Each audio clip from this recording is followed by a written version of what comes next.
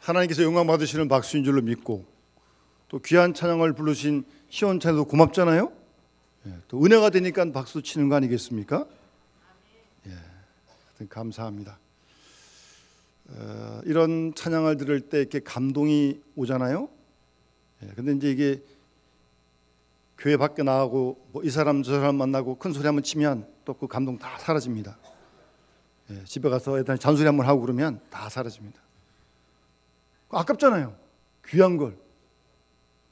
그래서 되시는 분들은 영남교회 홈페이지를 들어가셔서 다시 또 들을 수 있고, 그래서 다시 그 은혜를 회복하면 좋지 않겠습니까? 컴퓨터를 잘 못하시는 우리 권사님들은 손주들 불러다가 시키세요. 야, 여기 주소 있으니까 쳐! 그래가지고 다시 들으려고 그러세요. 또 들으세요. 그리고 저도 가사가 참 아주 마음에 와닿고, 정말 2019년 1월달 지나가고 또 앞으로 11달 남았는데 정말 이 가사 내용대로 우리 모두 믿음의 식구들이 매일매일 살았으면 참 좋겠습니다. 예수님의 모습을 생각하면 평안하답니다. 여러분 마음에 평안이 있습니까? 세상이 힘들어도 어려워도 마음에 평안은 있어야죠. 예수님을 생각하시기 바랍니다. 그리고 예수님의 모습을 생각하면 마음에 기쁨이 가득하대. 여러분 기쁘세요? 세상에 기쁠 일이 별로 없어요. 예수님의 모습을 생각하면 마음에 기쁨이 있다고요. 예수님 모습을 생각해야 돼요. 아무리 바쁘셔도. 그리고 2절 가사가 더 매력적이네요. 그 사랑 내 마음을, 주님의 사랑을 느낄 때요, 마음을 황홀하게 한대요. 황홀하게. 말만 해도 좋은 거 아니에요? 주님의 사랑을 생각하니까 그 사랑이 나를 막 황홀하게 한다고요. 여러분 그 사랑에 한번 이렇게 좀 미쳐보고 싶지 않으세요? 회복하셔야 돼요. 하나님이 누구 사랑하고 누구 안 사랑하고 아니신데 왜 누구만 이렇게 은혜를 누려요? 왜? 우리 다 같이 누려야죠. 주님 우리 모두 사랑하시니까 그 사랑을 느껴야 돼요. 느껴야 돼요. 알아서 안 돼요. 아는 거 중요하지만 느껴야 된다니까요. 느낄 때 그 마음이 황홀해진다니까요. 그리고 그 사랑을 느끼면 아무도 없어도 충분하대요. 그러면 된 거 아닙니까? 그 사랑 느껴서 옆에 아무도 없어도 괜찮아요. 다윗의 노래죠. 여호와가 내 목자시기 때문에 나 부족함 없다는 마음 아니에요? 이 마음이? 이런 은혜를 누리고 매일매일 누리며 살아가는 그런 우리 그리스도인이 되어야죠. 거기 머물겠습니까? 이런 사랑을 황홀하게 느끼는데 그 사랑을 전하죠. 예? 황홀하게 느끼는데 가만히 있겠냐고요. 사도 바울이 그래서 고린도후서 5장에 그리스도의 사랑이 나를 강건한다고 그러는 겁니다. 바울이 그런 사랑을 느꼈기 때문에 어떻게 가만히 있을 수가 없는 거예요. 그래서 복음 전하고 뭐 매를 맞고 뭐에 갇혀도 또 전하고 그러는 거예요. 그 사랑이 막 끌어가니까. 억지로 했겠습니까? 억지로 어떻게 이걸 하루 이틀 합니까? 평생 해요? 못해요. 그리스도의 사랑이 그 마음에 부음받아가지고 느껴지니까. 여러분 우리도 그런 은혜 누립시다. 그러니까 우리 신앙생활 바울도 예수 믿고 우리도 예수 믿는데 똑같이 누려야 되는 거 아니에요? 그럼 바울이나 누리는 거예요? 그럼 우리 못 누리는 거예요? 그런 거 아니잖아요. 하나님 공평하신데 그런 은혜를 회복해야 됩니다.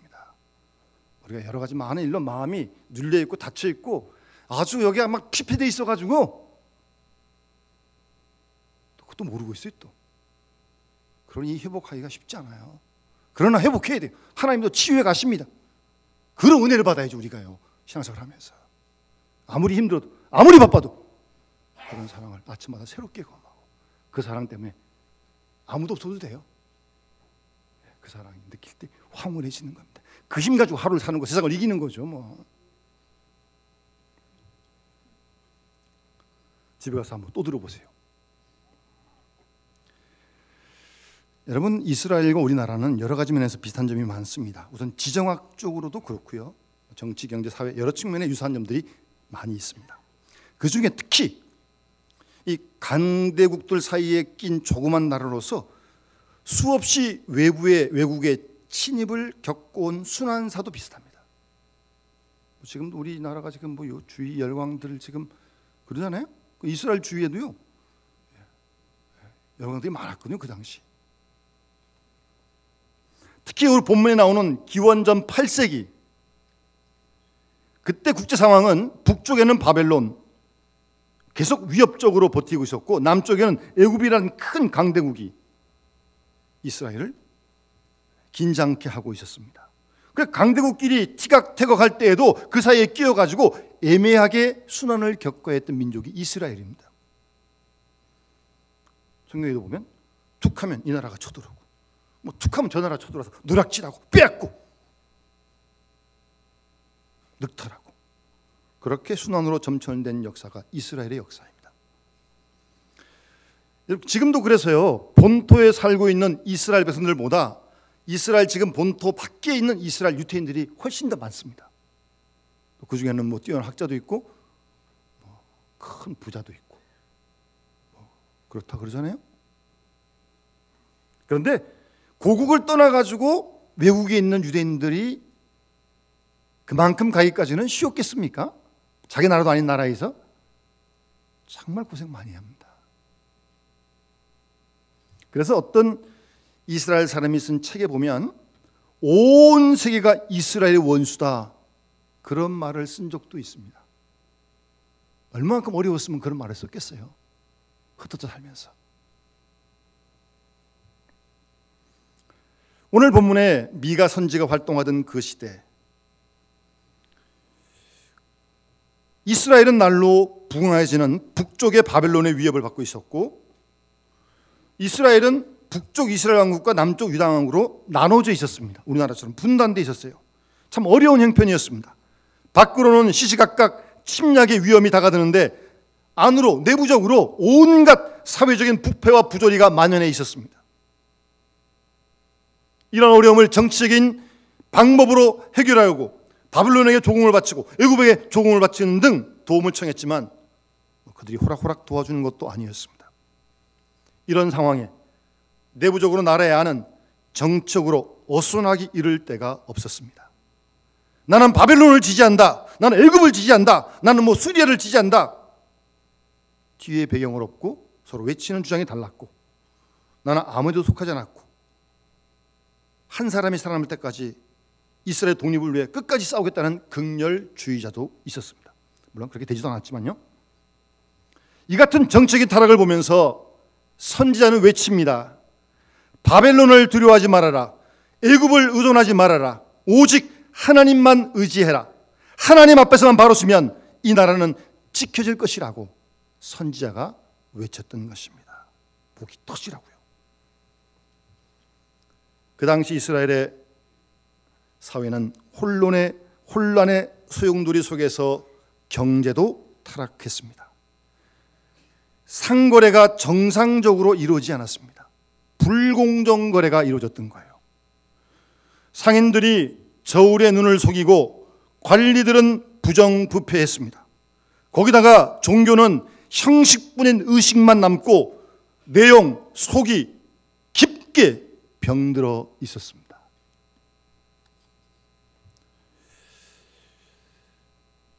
그러면서도 제사 예배는 계속 드렸습니다. 오히려 더 많이 드렸어요. 잘못된 게 미안하니까 보상 심리를 가지고요.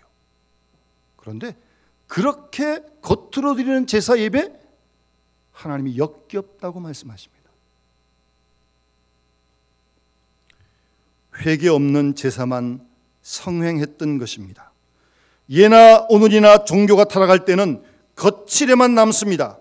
자기의 이기적인 소원을 풀겠다고 청탁뇌물의 성격을 띤 제사 예배에만 열중했던 것입니다.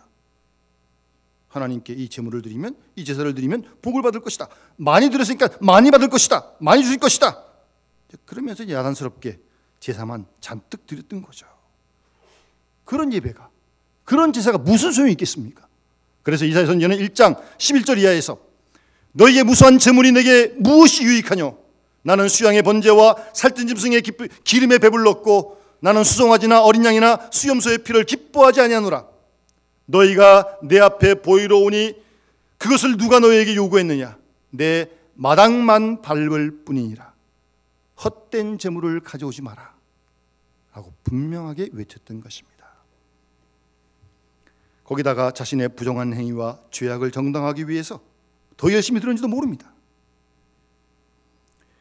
진정한 돌이킴의 회개는 없이 마음과 정성이 없는 거창한 외적인 제사, 그것만 드렸던 거예요. 손에는 피가 가득하고 부정을 행하고, 그러면서 자기의 죄악을 덮으려고 말이에요. 자기 교만에서 비롯된 거칠의 의식, 그를 통하여 백성들의 마음을 사려고 했던 것입니다. 마치 예수님 당시에 바리새인들이나 사두개인들처럼 말입니다. 모두가 종교를 빙자해서 자기 교만과 자기의 의와 자기의 불의를 지켜가라고 하는 행위되었던 것입니다. 더 놀라운 것은 오늘 본문을 보시면 이스라엘 제사 예배 가운데 이교적인 이방 우상 숭배적인 그런 제사의식까지 들어와 있었던 겁니다. 아주 망령된 모습인데, 내 허물을 위하여 내 맏아들을, 자기의 장자를 제물로 드렸던 거예요. 그게 이방 종교의 우상 숭배하는 모습이었거든요. 그걸 똑같이 따랐던 겁니다. 이스라엘 백성들이요. 그런 방법까지 동원하면서 하나님을 어리석게 섬겼던 사람들입니다. 그래서 하나님께서는 선지자를 통해서 계속 메시지를 주십니다. 모든 형식적인 것을 다 떠나서 본질적인 것으로 돌아가라. 거칠에 외형만 있는 의식이 아니라 마음과 정성을 다한 내용이 있고 내실이 있는 그런 예배를 드리라고 외쳤던 것입니다. 예배 행위 자체에 전념하지 말고, 예배에 와 있다는 것만으로 만족하지 말고, 예배를 드리는 사람의 사람됨의 마음을 쓰라는 거예요. 여러분, 어떤 사람이 예수를 잘 믿는 사람입니까? 물론 열심히 기도하는 거 좋고요, 열심히 찬송도 하고 손뼉 치고 뭐 하나님께 손님의 찬양도 하고 봉사도 하고 섬기기도 하고 좋아요. 다 좋아요. 그런데 그것만 가지고는 평가하기가 좀 어렵습니다. 정말 그 사람이 하나님을 잘 믿느냐 못 믿느냐는 것을 보려면 그 사람의 가정에부터 평가해야 합니다. 가정에 이르러서 가정에서 어떻게 살아가고 있는지, 가정에서 자녀들에게 어떻게, 가정에 식구들 간에 직장에서 어떻게 생활하는지, 거기서부터 평가를 해야 한다는 말씀입니다. 남에게서 존경받고 신뢰받을 만한 그런 신앙적인 인격의 사람이 되어 있을 때 그 사람이 예수 잘 믿는 거 아니에요? 그래서 야, 나 저 사람 보니까 나도 좀 예수 믿고 싶다, 뭐 그렇게 돼야 되는 거 아니에요? 그렇지 않고, 야, 내가 저 사람 보니까 아직 교회 갈 마음이 싹 없어져, 그러면 되겠어요? 아주 곤란한 겁니다. 이거는 아무리 뭘 열심히 하는데 그렇게 되면 안 되잖아요. 예배의 행위보다는 예배의 내용, 나아가서 예배를 드리는 사람의 생활, 그러니까 성전 안에서만 하는 게 아니라 교회 밖에 나가서 생활 속에서, 가정 속에서, 사회 속에서 열매를 맺어가야 한다는 거죠. 그런 사람이 예수를 잘 믿는 거 아니에요? 물론 뭐 속 안에서도 열심히 해야 되지만, 예배 의식의 모양이나 규모의 크기나 그것이 중요한 게 아니고 예배 가운데 진정한 우리의 마음이 담겨 있어야 한다는 겁니다. 정성이요. 눈에 보이지 않지만 수 없는 날 교회에 나오면서도 하나님 말씀을 전혀 귀담아 듣지 않는 그런 사람, 그 사람에게 무슨 예배가 필요하겠어요? 깨끗한 마음으로, 온유한 겸손한 마음으로 마음을 활짝 열고 주의 말씀을 받아들이고 그 속에서 거듭남의 변화가 있고 내적으로 성화되어지는, 성결되어지는 그런 예배가 있어야 되는 거 아니에요?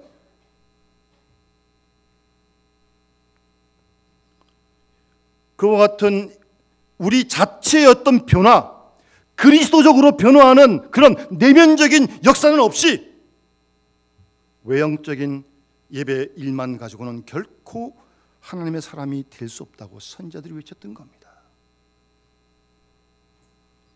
종교학자 칼빈은 말합니다. 하나님이 제물을 바치게 하는 목적은 외형적인 의식을 보시는 게 아니다. 오직 그 바치는 그 예물을 통해서 회개와 믿음과 진실성을 가지게 하는 것이다 라고 칼빈이 말했습니다.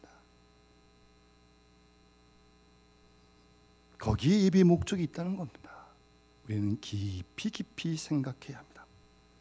그래서 그 당시 기원전 8세기의 선지자들은 아모스는 정의를 외쳤고, 호세아는 희상적인 사랑을 외쳤고, 이사야는 경건의 실체를, 오늘 본문의 미가야는 정의와 공의를 행하고 하나님과 겸손히 동행하라고 외치고 있었던 것입니다. 오늘 본문에도 하나님이 원하시는 것이 무엇인지, 하나님의 소원이 무엇인지를 분명히 말씀하고 있습니다. 우리는 이러한 하나님의 소원, 하나님이 원하시는 바를 잘 알고 거기에 응답하며 하나님 앞에 나와야 되는 겁니다. 여러분, 우리나라도 지금 많이 어지럽고 우리 사회도 혼란으로 치닫고 있습니다. 연일 들려오는 소식들은 참 마음을 아프게 하고 무겁게 합니다. 그런데 아무도 치유의 묘안을 내놓지 못하고 있습니다. 예?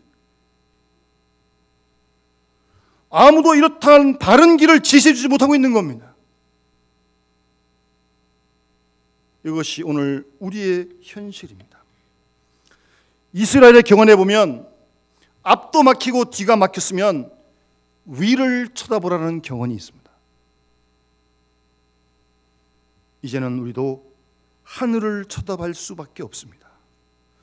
내일 될 일 예측할 사람 아무도 없습니다.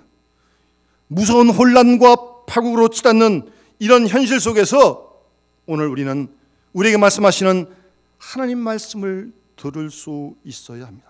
특히 오늘 미가 선지를 통해 주시는 이 말씀 속에서 하나님의 음성을 듣고 우리는 그 속에서 해결책을 찾아가야 할 것입니다. 본문의 미가 선지자는 우선 본문 말씀 8절을 보시면 오직 정의를 행하라고 말씀하고 있습니다. 우리 전의 성경에는 공의를 행하라고 그렇게 말씀하고 있습니다.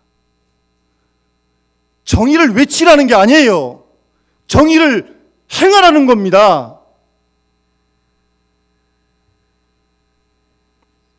이어지는 본문 10절 보면 악인의 집에 오히려 불의한 재물이 있느냐, 축소시킨 가증한 에바가 있냐. 에바라고 하는 것은 도량의 그 단위인데 그거 가지고 속이는 거예요. 100g짜리 추가 달았으면 100g이 돼야 되는데 겉으로는 100g 써놨는데 달아보니까 70밖에 안 돼 있는 거예요.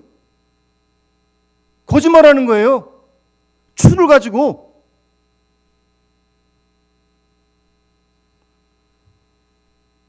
여러분, 저울이라는 건 공의의 상징 아닙니까?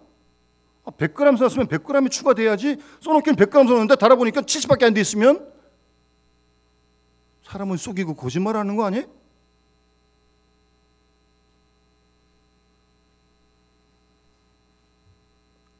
공정한 추가 있는데 다른 것을 몰래 주머니에 넣고 있다가 실제로 거래할 때는 가짜를 바꿔치기 하는 거예요.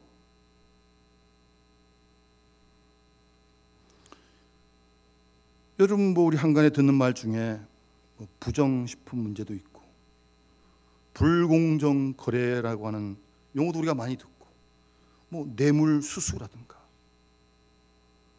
이런 모든 것들 다 공의를 떠난 행위 아니에요? 제가 안식년 때 저희 처형이 있어서 미국에 잠깐 다니러 간 적이 있었는데 어떤 그 햄버거 가게에 들어갔는데 햄버거 가게에 저울이 있더라고요. 저울이.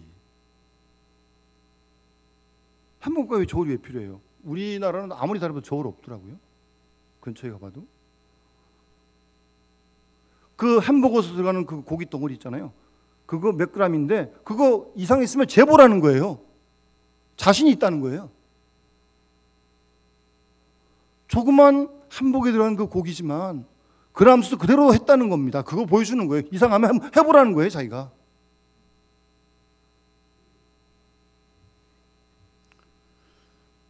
우리가 어디 가서 뭘 샀는데 꼭 그 사람이 속인 것 같다. 바가지 씌운 것 같다. 사고 와서도 기분이 안 좋아요. 이게 또 바가지 씌운 게 아닌가. 예? 뭔가 불편해요. 손해만 본 것 같고 사기당한 것 같고요. 여러분 잠언 14장 34절 말씀에 따라합시다. 의인은 나라로 영화롭게 하고 죄는 백성을 욕되게 하느니라. 아멘. 의요, 의, 공의, 정의 나라를 영화롭게 합니다. 반면 죄, 속이고 거짓말하고 사기치고 백성을 욕되게 한다고요. 여러분, 우리 사회에 여러 가지 갈등들이 참 많이 있습니다. 지역 간의 갈등도 있고, 세대 간의 갈등도 있고, 빈부 간의 갈등도 있고, 노사 간의 갈등도 있고, 갈등이 많은데 어쨌든 이걸 좀 우리가 좀 화합해 보려고 그러는 거 아니에요? 화합돼야지. 생각이 좀 달라도. 그래서 이렇게 저렇게 해봅니다만 쉽지가 않아요. 예? 쉽지 않아요. 흥정한다고 되는 게 아닙니다. 예? 타협한다고 일치가 되는 게 아니에요. 갈등의 해소는, 일치는 공의로워야 되는 거예요. 공의가 없으면 분명 때가 되면 자기 이건 챙깁니다. 같이 하는 것처럼 쓱 모였다가도 결정적일 때 자기한테 이익이 되고 손해 되면 확 떠나버립니다. 공의가 없네요. 공의가. 공의롭게 해야 됩니다. 저는 가끔씩 이렇게 운전하고 이렇게 신방 다닐 때 볼 때 좀 이렇게 안타까운 게 있는데, 가능하면 저도 교통법규를 지키려고 합니다. 그런데 아니 경찰차가 교통법규를 안 지켜요. 자기 마음대로 막 가더라고요. 그런 경찰차가 어디 있어요? 경찰차는 막 가도 되는 거예요, 그렇게? 경찰차가 경찰보다 똑바로 가야지. 참 이상합니다. 불이 나서 불자동차는 그럴 수 있다 치지만 경찰서는 그런 거 아닌 거 아니? 법 앞에 만인이 공의로워야 합니다. 하나님 앞에 공의로워야 합니다. 법 앞에 공의롭고 자기 앞에 진실하고 남을 평등하게 대해야 됩니다. 그런 사회가 건강한 사회입니다. 두 번째 본문에서 말씀하시는 하나님의 요구는, 소원은 인자를 사랑하라는 겁니다. 여기서 인자라고 하는 말은 히브리어로 헤세드라는 단어인데요. 근데 보통 사랑을 얘기하는 게 아니고요. 여기서 얘기한 사랑은 절대적인 사랑이고 불변하는 사랑이고 큰 사랑을 말하는 거예요. 마치 탕자의 아버지가 돌아온 탕자를 사랑하는 그런 사랑을 얘기하는 거예요. 갓난아이를 돌보고 위해주는 어머니의 사랑 같은 그 사랑이요. 오래오래 기다려주는 것이고요. 너그럽게 용서하고 품어주는 그런 사랑이요. 그 사랑이 헤세드, 인자입니다. 어떤 사회나 어떤 일에 우리가 잘못 있을 때 적절하게 비판할 수 있습니다. 잘못했다고 얘기는 해줘야죠. 그런데요, 그렇게 비판할 때 그 비판 안에 사랑이 깃들여 있어야 돼요. 그러니까 부모가 자녀를 야단칠 때도 매를 듣고 때릴 수 있어요. 그런데 사랑으로 때라는 마음이란 들면 자녀가 얼마든지 맞을 수 있습니다. 근데 이게 그게 아니고 사랑이 없이 그냥 매마온다. 이건 반발이 생기는 거죠.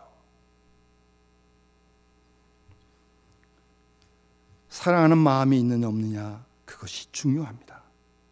어떤 교육도 어떤 비판도 어떤 훈계도 사랑으로 말미암는 것이 분명하다면 아무런 문제 없어요. 문제는 사랑이 없는 거예요. 비판만 하고. 여러분, 우리 사회의 근본적인 문제가 무엇입니까? 좋은 말도 많고 가만 들어보면 다 옳은 말이에요. 틀린 말 없어요. 근데 왜 이렇게 안 되는 거예요, 도대체? 똑같이 다 나라 사랑하는데, 정의를 위한다고 그러는데. 가만 보면 속속들이 사랑이 거기에 깃들여 있어야 되는데 사랑이 깃들여 있지 못해요. 바른 말을 하는데. 호세아서 6장 1절 말씀 보시면 여호와께서 우리를 찢으셨으나 도로 낫게 하실 것이요 우리를 치셨으나 싸매어 주실 것이라고 말씀하십니다. 여러분, 교육학에서도요,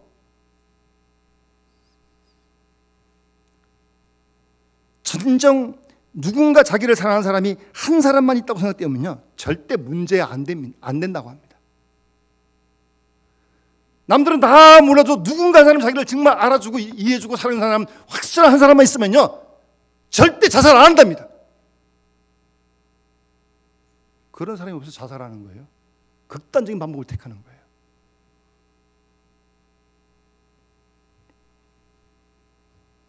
여러분, 깊은 곳에 사랑이 없고 그 자리에 포악함이 있고 잔인함이 있고 권모술수만이 들어앉아 있으니 참 어려운 것입니다. 참된 진정한 사랑이 살아나지 않으면 절대로 생명의 길을 찾을 수 없습니다. 한 가지 더, 본문에서 말씀하시는 하나님의 소원은 겸손히 하나님과 함께 행하는 것이 아니냐. 겸손이요, 겸손히. 여러분 9절, 오늘 보면 다음에 9절을 말씀 보시면 완전한 지혜는 주님의 이름을 경외한다 그러면서 너희는 매를 순히 맡고라는 말씀이 있습니다. 하나님이 우리를 사랑하셔서 우리 잘못했을 때, 우리를 징계하실 때 그 매를 순순히 받아들이는 게 겸손한 거예요. 잘못해서 맞는데 뭐, 예? 순순히 매를 맞는 게 겸손한 것이라니까요. 하나님 옳습니다, 제가 잘못했습니다, 그 말 아닙니까? 그러니까 하나님의 매를 정당하게 맞는 거예요. 그게 겸손입니다. 하나님 앞에 겸손할 뿐만 아니라 사람 앞에 겸손하면 사람이 사과를 할 줄 압니다. 미안합니다. 잘못했으니까 미안하는 게 딱 맞는 거 아닙니까? 미안한다는 말을 못한다니까요. 무슨 그 말하면 막 지구가 무너지는 줄 아나 봐요. 미국 사람들 그렇게 잘하던데 I'm sorry, I'm sorry, 뭐 조금만 있어도 I'm sorry, I'm sorry 그러는데 미안합니다 말을 못해요.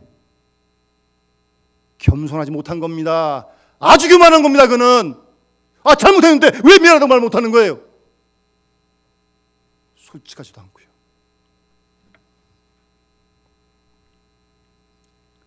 어떤 유치원에서 졸업식 때 부모들에게 그 유치원 졸업하는 애들에게 장래 어떻게 했으면 좋겠냐고 좀 설문지 돌렸어요. 그때 누구 뭘 좀 다 얘기를 했는데 어떤 부모가 이렇게 썼어요. 이 애는 커서 자라서 미안합니다라고 하는 말할 줄 아는 되기를 원합니다. 미안합니다. 사람이 잘못할 때 있잖아요. 실수할 때 있잖아요. 잘못된 걸 잘못했다고 미안하다고 그러는데 뭐 그 말을 못해요. 그 말을 못해요.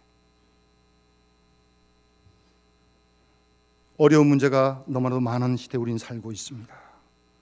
서로 다른 사람 모여 사니까 복잡하게 오래 살다 보면 뭐 사람 사는 사이에 별일 다 있는 거 아니겠습니까? 그런 가운데서 미안합니다라고 하는 사람이 없어요. 찾아보기가 참 힘들어요. 그런 사람을 성경은요 목이 곧은 백성이다 그렇게 말씀하시는 거예요. 미안합니다. 하나님께 회개하는 거 아니에요? 돌이키고 그다음에 사람 앞에 잘못한 것도 겸손한 거 미안합니다. 그게 겸손한 거 아니에요? 잘못했으니까 미안하다 그러는 건데 뭐. 미안하다 그랬으면 그냥 그러고 끝나야지. 미안한데 그런데 뭐 그러면서 그다음 꼬리를 달지 말아야 돼. 그다음에는요. 뭘 당신 어쩌니 뭐냐면서 그럼 또 싸우는 거예요. 그다음부터. 미안하시면 끝나야지. 뭘 그다음 뭘 또 어쩌다고 또 뭐 얘기를 해요. 자기 것만 얘기하면 될 걸. 여러분 하나님 앞에 겸손하고요. 사람 앞에 겸손해야 됩니다. 사람 위에 사람 없고 사람 밑에 사람 없습니다. 그리고 자신에 대해서도 늘 부족하다는 마음을 가지고 늘 듣고 배우는 온유한 자세를 가져야 합니다. 그게 겸손한 겁니다.